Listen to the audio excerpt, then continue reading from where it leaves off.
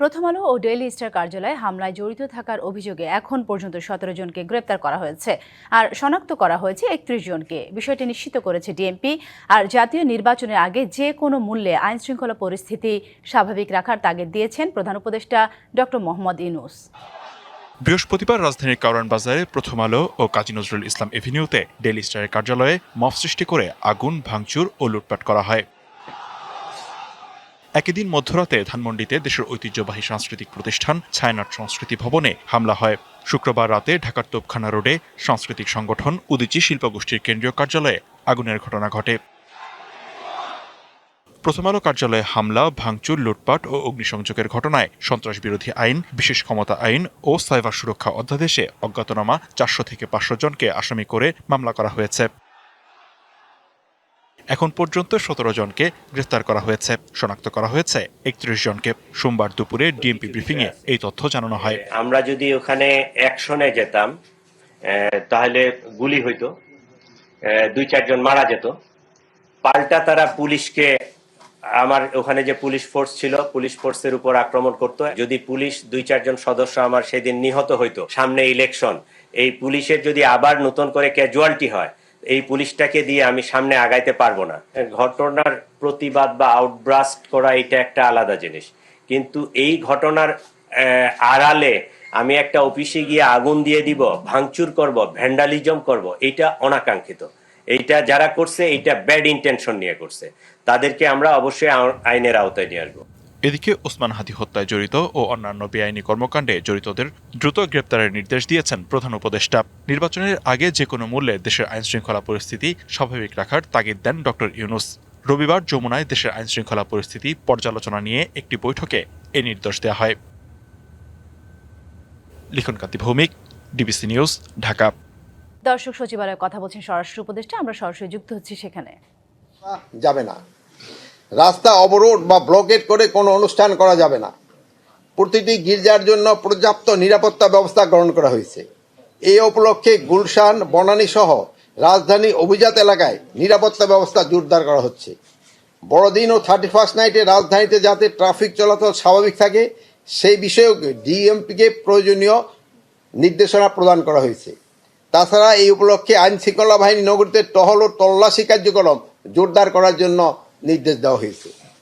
সবাই আইন শৃঙ্খলা বাহিনীর বেশ কিছু গুরুত্বপূর্ণ নির্দেশনা দেওয়া হয়েছে। এর মধ্যে রয়েছে অপারেশন ডেভিল হান্ট ফেজ 2 এর মাধ্যমে সন্ত্রাসী ও দুষ্কৃতকারীদের আরও বেশি হারে গ্রেপ্তার করা, গোয়েন্দা নজরদারি আরও বৃদ্ধি করা এবং নিবিড়করণ করা, রাষ্ট্রীয় গুরুত্বপূর্ণ কেপিআই স্থাপনার সময় নিরাপত্তায় বিশেষায়িত বাহিনীকে স্ট্যান্ড বাই রাখা, ঢাকা মহানগরী সহ দেশের গুরুত্বপূর্ণ স্থানসমূহে চেকপোস্ট বসিয়ে তল্লাশি কার্যক্রম বৃদ্ধি করা, পুলিশ সদর দপ্তরে কন্ট্রোল রুমের মাধ্যমে তা নিয়মিতভাবে মনিটরিং করা এবং নগরীর বিভিন্ন স্থানে স্থাপিত সিসিটিভি ক্যামেরার মাধ্যমে সার্বক্ষণিকভাবে আইন শৃঙ্খলা পরিস্থিতি পর্যবেক্ষণ করা।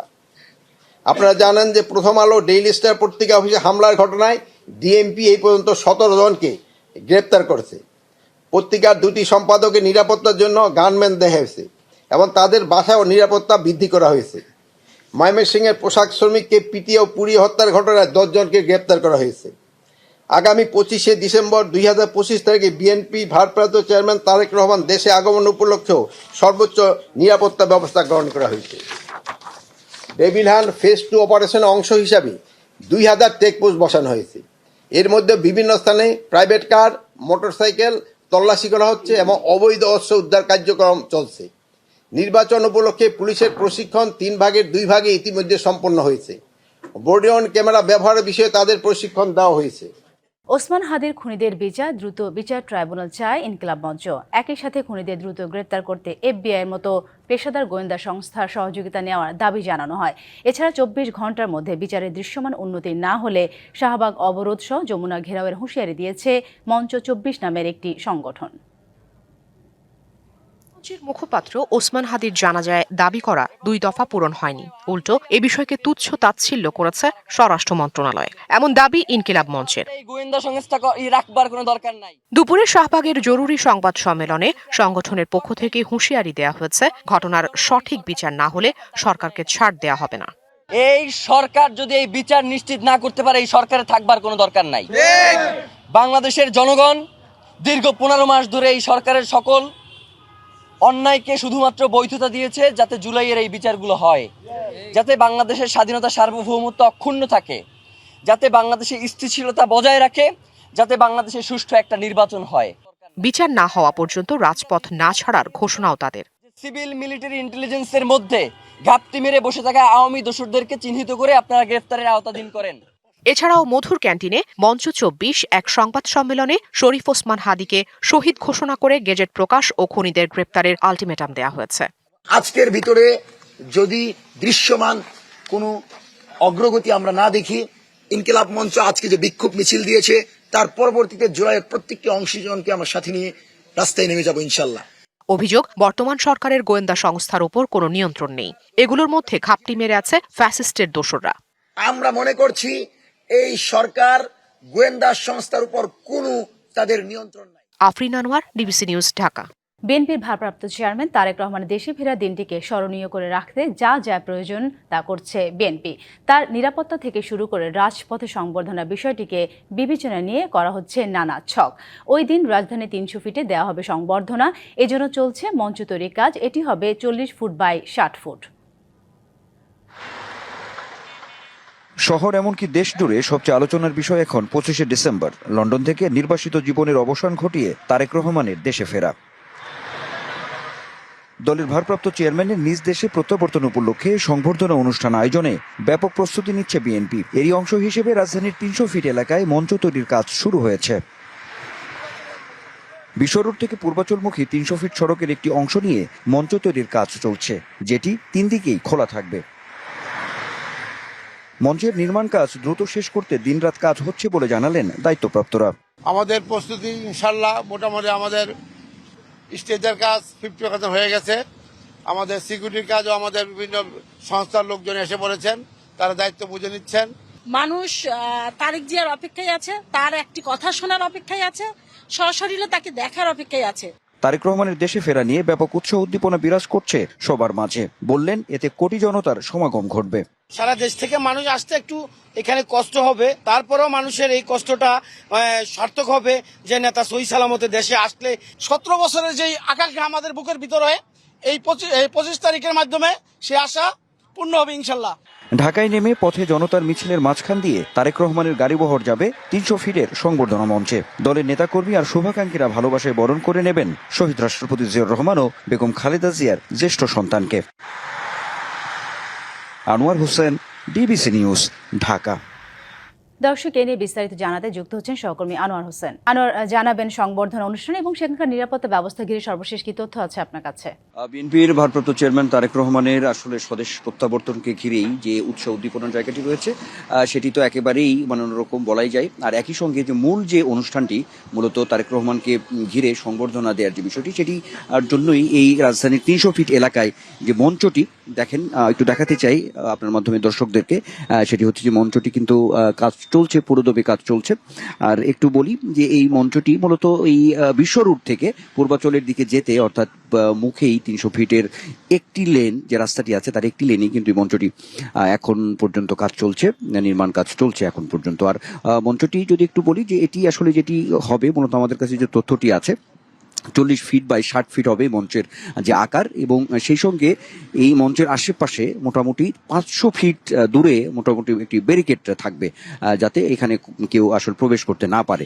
আর মূলত এই মঞ্চটি হচ্ছে দক্ষিণমুখী হবে, আর একটি পাশে অর্থাৎ উত্তর পাশে হয়তো একটি সামিয়ানা থাকবে, কিন্তু মোটামুটি 3টি পাশে আসলে খোলা থাকবে, এমন একটি বিষয়ও আমাদের কাছে তথ্য আছে। অর্থাৎ যখন বিএনপির ভারপ্রাপ্ত চেয়ারম্যান তারেক রহমান এই মঞ্চে আসবেন, সেখানে বিএনপির নীতি নির্ধারণী পর্যায়ের নেতারাই মূলত এখানে উপস্থিত থাকবেন, এবং যাতে তারেক রহমান মোটামুটি এখানে একটা বিপুল সমাগম ঘটবে, তাদের সঙ্গে অন্তত যে শুভেচ্ছা বিনিময়টুকু হয় সেটি যাতে, অর্থাৎ প্রায় 3 দিকেই যাতে তিনি এই বিপুল সমাগম যে ঘটবে তাদেরকে হাত নেড়ে একটু যে জানানো, সেটি যাতে একটু জানাতে পারি, এমন একটি বিষয়কে সামনে রেখেই মূলত এই মঞ্চের নির্মাণ কাজ এখন পর্যন্ত চলছে।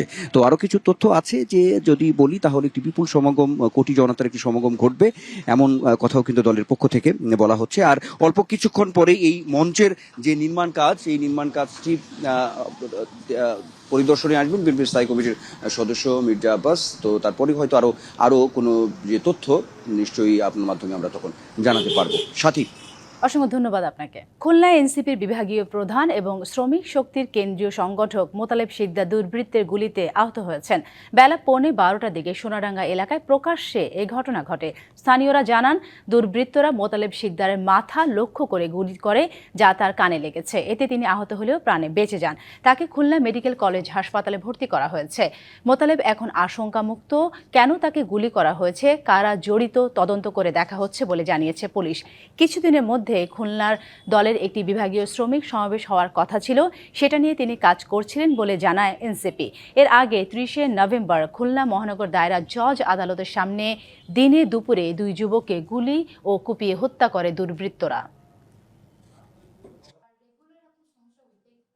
এরা প্রায় সময় এখানে আসতো এবং বিভিন্ন ধরনের মাদক সেবন করত এবং বিভিন্ন মেয়ে মানুষও নিয়ে আসতো। ওদের ইন্টারনাল কোন্দলের কারণেই এই ঘটনাটা ঘটেছে। এটার নির্বাচনকে বানচাল করা বা অন্য কোনো উদ্দেশ্য নিয়ে না।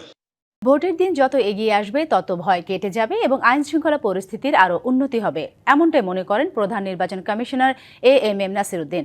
রাজধানীর তেজগাঁওয়ে বাংলাদেশের ডাক বিভাগের মেল প্রসেসিং সেন্টারে পোস্টাল ব্যালট বিদেশে পাঠানোর সার্বিক পরিস্থিতি পরিদর্শন করে সাংবাদিকদের তিনি এসব কথা বলেন। তিনি আরও জানান, কয়েদিদের ভোটের ব্যবস্থা করা হচ্ছে। 54 বছরে প্রথমবার প্রবাসীদের ভোটের ব্যবস্থা করা হচ্ছে এবং এই পোস্টাল ব্যালট ব্যবস্থা বিশ্বের মডেল হয়ে থাকবে।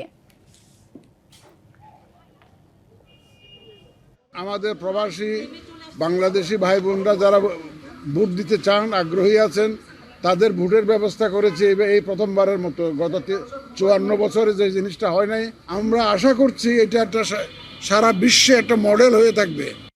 আইন শৃঙ্খলা বাহিনীকে সর্বোচ্চ বল প্রয়োগের মাধ্যমে 24-এর বৈষম্য বিরোধী আন্দোলনকারীদের নির্মূলে ঐকমত্য ছিল আনিসুল হক এবং সালমান এফ রহমানের মধ্যে, এমনটাই দাবি করেছে প্রসিকিউশন। আন্তর্জাতিক অপরাধ ট্রাইব্যুনাল 1-এ অভিযোগ গঠনের শুনানিতে এ দাবি করেন চিফ প্রসিকিউটর তাজুল ইসলাম। এ সময় আনিসুল এবং সালমানের একটি ফোন আলাপ আদালতে শোনানো হয়। রাষ্ট্রপক্ষ দাবি করে এই কথোপকথনের মধ্য দিয়ে তাদের বিরুদ্ধে আনা 5টি সুনির্দিষ্ট অভিযোগের যোগসূত্র প্রমাণিত হয়েছে। এদিন আলোচিত 2 অভিযুক্তের বিষয়ে অভিযোগ গঠন করতে ট্রাইব্যুনালের কাছে আবেদন জানায় রাষ্ট্রপক্ষ। এ বিষয়ে রাষ্ট্রপক্ষের বক্তব্য শেষে 4 জানুয়ারি আসামি পক্ষের আইনি অবস্থান তুলে ধরার দিন নির্ধারণ করে ট্রাইব্যুনাল।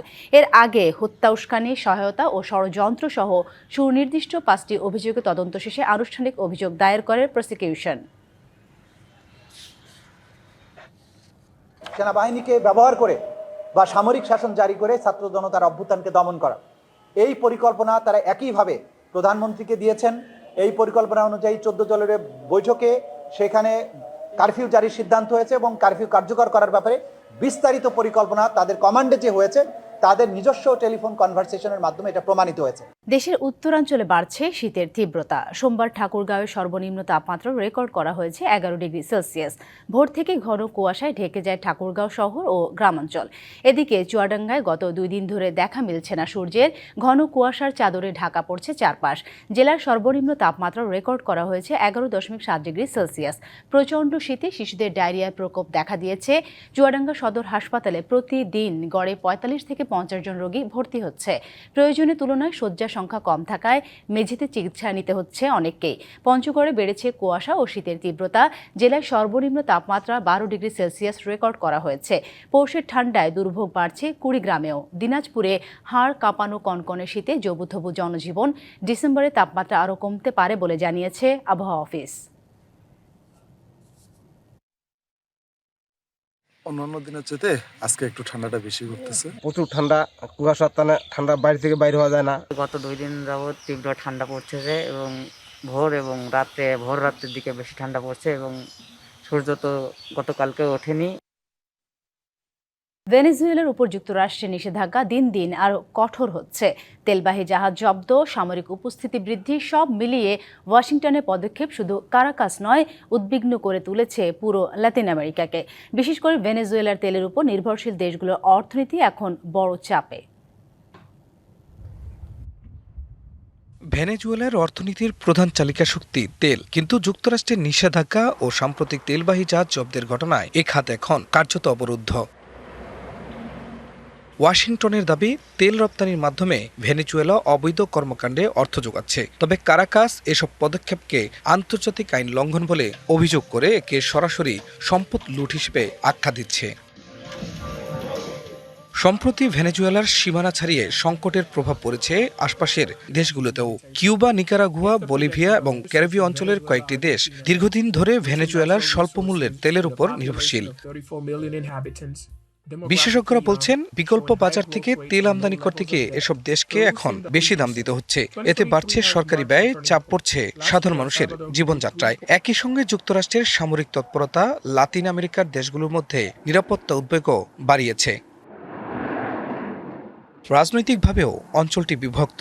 কিছু দেশ যুক্তরাষ্ট্রের অবস্থানকে সমর্থন করলেও মেক্সিকো, ব্রাজিল সহ বেশ কয়েকটি দেশ বলছে ভেনেজুয়েলার উপর অতিরিক্ত চাপ সার্বভৌমত্বের জন্য হুমকি। তাদের মতে লাতিন আমেরিকায় নতুন করে মার্কিন হস্তক্ষেপের আশঙ্কা তৈরি হয়েছে। সব মিলিয়ে ভেনেজুয়েলার উপর যুক্তরাষ্ট্রের নিষেধাজ্ঞা ও সামরিক চাপ লাতিন আমেরিকার জ্বালানি নিরাপত্তা, অর্থনীতি ও রাজনৈতিক স্থিতিশীলতার উপর সরাসরি প্রভাব ফেলছে। খান মোহাম্মদ মুকুল, ডিবিসি নিউজ ডেস্ক। ডিবিসি সংবাদে এই ছিল এখনকার মতো। ডিবিসি নিউজের সংবাদগুলো পড়তে ভিজিট করুন dbcnews.tv আর ভিজিট করুন ডিবিসি নিউজের ফেসবুক পেজ এবং ইউটিউব চ্যানেল। ডিবিসির সঙ্গেই থাকুন।